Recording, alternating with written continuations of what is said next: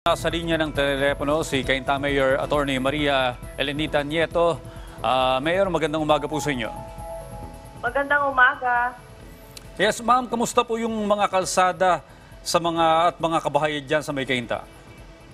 Sa Cainta po, lahat po ng main thoroughfares, they remain passable to all types of vehicles. So we're talking about yung Ortigas Extension, yung Junction, Imelda Avenue, A. Bonifacio. May konting pagbaha sa Felix Avenue po, yun po yung papunta na sa floodway.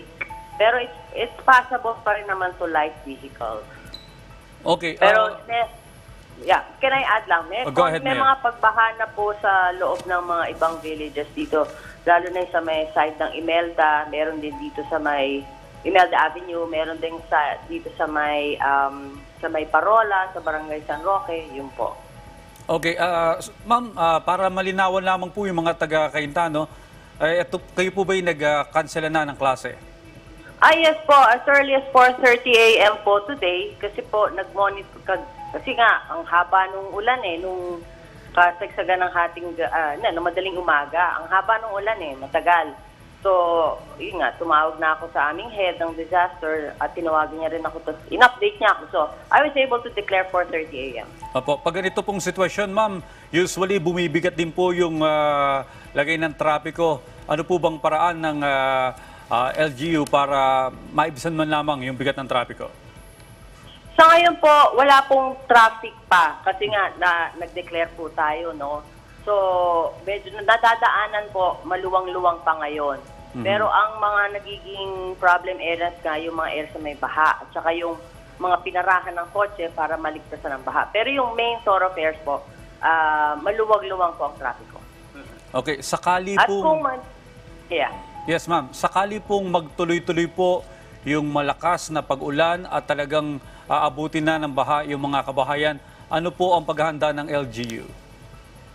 Sa amin po, nakatakda na naman ng mga tawag dito, ang mga evacuation centers natin, ready na po tayo dyan, lalo na yung mga lugar na madalas binaba, katulad nung sa amin sa floodway, west and east, east bank, yun, ready na po sila doon. At saka nakakasa na po yung aming mga teams from MSWD at yung mga aming Mayor's Action Team, ready na po sila to receive yung mga evacuees, possible evacuees. Yun po.